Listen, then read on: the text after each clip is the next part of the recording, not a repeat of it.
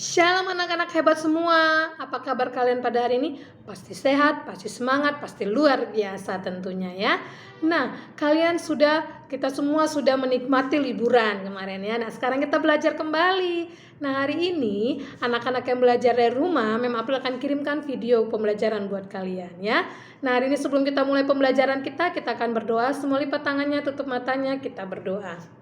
Bapa yang dalam surga, terima kasih Tuhan kalau pada hari ini kami anak-anak-Mu ingin belajar Tuhan.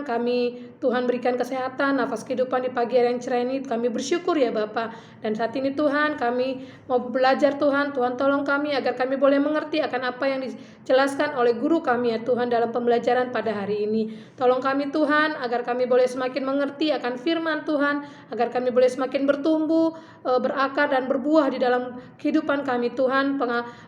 Pengetahuan kami bahkan hidup kami selalu diberkati oleh Tuhan. Terima kasih ya Bapa, kami siap untuk belajar, terpujilah nama-Mu, di dalam nama Yesus kami sudah berdoa dan kami siap untuk belajar. Haleluya, amin. Nah, hari ini kita akan lanjutkan bab 14 ya. Bab 14 kita buat anak-anak yang di rumah, Mem April akan kirimkan video ini. Buat yang di sekolah kita akan bahas ya. Nah, yaitu mengenal keajaiban ekosistem. Mengenal keajaiban ekosistem. Anak-anak yang di rumah boleh buka buku paketnya di halaman 111. Ya, yang A, Allah menciptakan ekosistem. Tahukah kamu apa itu ekosistem? Ya, kalian boleh garis bawahi. Ekosistem adalah suatu sistem ekologi yang terbentuk karena adanya hubungan timbal balik yang tak terpisahkan antara makhluk hidup dengan lingkungan fisik di sekitarnya. Dengan kata lain, ekosistem berarti suatu kesatuan utuh dari lingkungan dan makhluk hidup yang saling memengaruhi ya. Jadi itu adalah ekosistem, sampai itu kalian garis bawahi ya. Jadi ekosistem itu adalah adanya makhluk hidup dan juga adanya lingkungan di sekitar ya. Jadi untuk adanya hubungan timbal balik. Ekosistem itulah ekosistem ya. Ekosistem tidak hanya meliputi hewan dan tumbuhan saja, tapi semua makhluk hidup, termasuk manusia di dalamnya.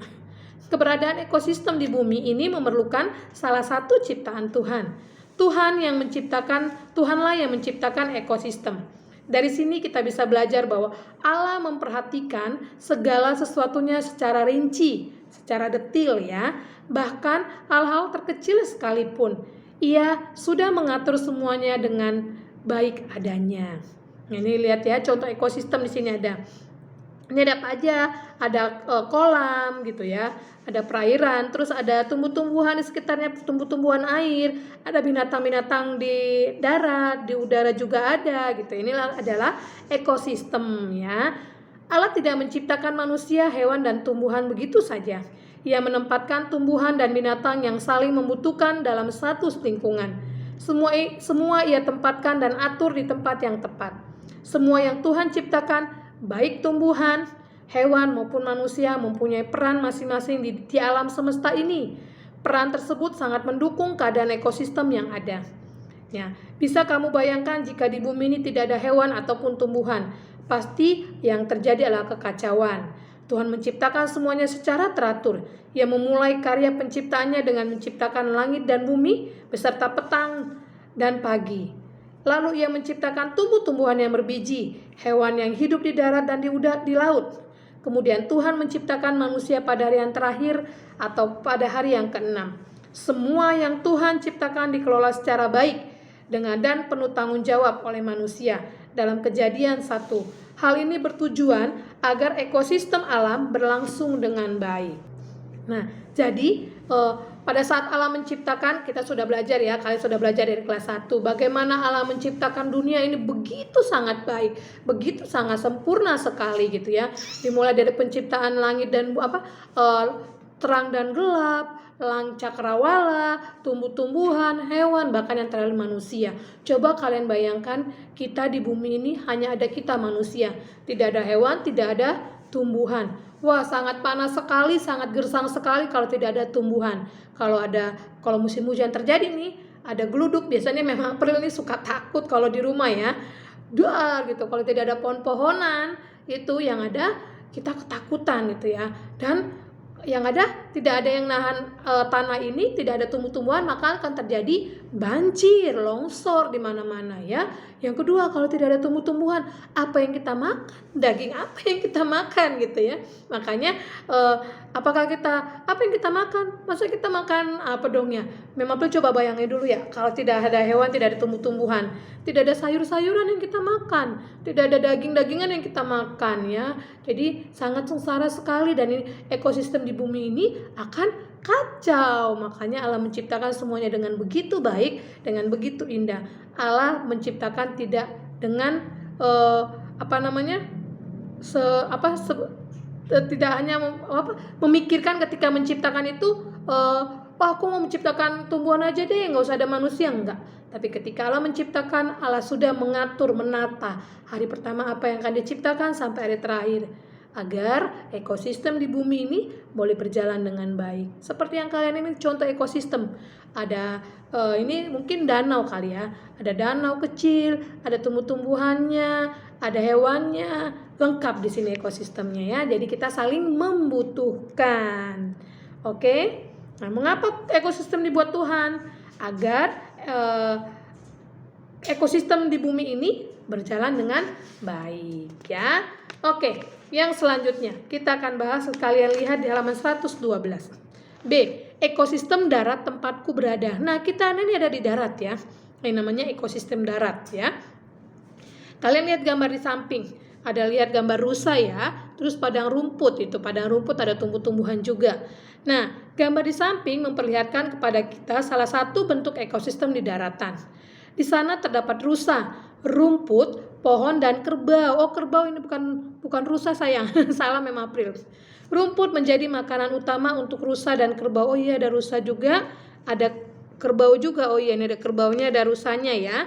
Benar. Rumput menjadi makanan utama untuk rusa dan kerbau. Itu semua adalah makhluk hidup ciptaan Tuhan. Rusa dan kerbau dapat bertahan hidup karena ada rumput yang dapat dimakan.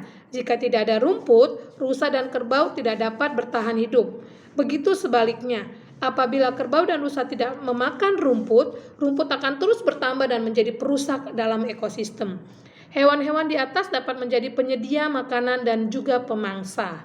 Ya, jadi hewan-hewan yang di atas itu bisa memang dia untuk menyediakan makanan, penyedia makanan, dan juga memangsa pemangsa rumput-rumput itu untuk mereka makan ya. Makhluk hidup ciptaan Allah hidup saling membutuhkan, benar ya, untuk semua saling menopang dan saling menguntungkan. Keseimbangan dalam ekosistem akan merusak seluruh kehidupan. Manusia akan dirugikan karena keperluan hidupnya tidak tercukupi. Tidak hanya itu, pasti akan ada makhluk hidup yang punah. Kalau misalnya kita di sini ekosistem yang ada ini saling menguntungkan dan juga saling membutuhkan, saling menopang. Coba kalau hanya ketidakseimbangan dalam ekosistem akan merusak seluruh kehidupan. Misalnya dalam ekosistem darat ini tidak ada tumbuh-tumbuhan, yang ada hanya binatang dan manusia. Apa yang dimakan oleh binatang dan manusia kalau tidak ada rumput-rumputan ya, tidak ada pohon-pohonan, tumbuh-tumbuhan. Mereka kan kalau binatang mereka kan saling memangsa satu sama lain. Memang ada sih binatang hewan yang pemakan daging, tapi juga mereka pasti membutuhkan rumput-rumputan ya, atau tumbuh-tumbuhan. Nah, begitu juga dengan manusia. Coba manusia hanya ada hewan dan manusia. Manusia kan makan daging terus gitu ya. Tidak pernah makan sayur, tidak akan pernah makan tumbuh-tumbuhan atau buah-buahan. Ya, jadi kita manusia akan gemuk-gemuk selalu makan daging. Ya, enggak. Benar. Jadi itu makanya Allah menciptakan sebegitu indahnya supaya apa? Ekosistem di tempat kita berada itu supaya berlangsung dengan baik. Dan kita harus menjaganya supaya tidak ada yang punah ya. Contohnya banyak binatang yang sudah mulai punah ya. Oleh karena itu, setiap makhluk hidup yang Tuhan ciptakan mempunyai peranan masing-masing. Bakteri pengurai sekalipun juga mempunyai fungsi, ada bakteri pengurai namanya ya. Semua yang Tuhan ciptakan tidak hanya berfungsi dan bermanfaat bagi dirinya sendiri, akan tetapi bagi makhluk hidup yang ada di sekitarnya juga. Tugas kita sebagai manusia adalah menjaga keseimbangan ekosistem yang ada.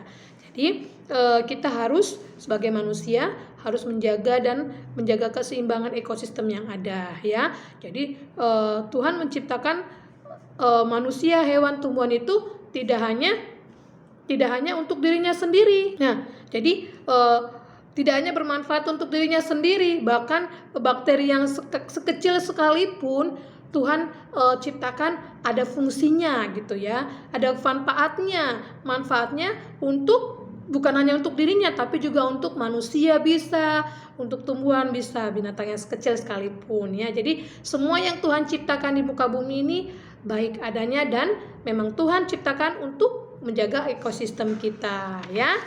Nah, oke, yang C, ekosistem perairan yang ajaib. Nah, tadi kalau kita sudah bahas tentang ekosistem darat itu seperti hewan, tumbuhan yang ada di darat. Sekarang yang ada di air ya. Tuhan tidak hanya menciptakan daratan di atas bumi, tapi juga menciptakan lautan atau perairan. Di dalam lautan, ada sungai juga ya, lautan, sungai, danau, dan perairan yang lainnya juga terdapat kehidupan. Di dalam perairan terdapat tumbuhan. Ya, dalam perairan juga ada tumbuhan, ada hewan, dan bakteri pengurai juga seperti yang tadi Mem April sudah bilang ya. Masing-masing mempunyai peranan tersendiri. Tuhan menciptakan itu semua agar kehidupan manusia berlangsung secara baik dan seimbang. Ya, keberadaan ekosistem di bumi ini juga merupakan bentuk pemeliharaan Allah terhadap makhluk ciptaannya. Dalam Mazmur 104 ayat 14 dikatakan, firman Tuhan mengatakan, Engkau yang menumbuhkan rumput bagi hewan dan tumbuh-tumbuhan untuk diusahakan oleh manusia yang mengeluarkan makanan dari dalam tanah.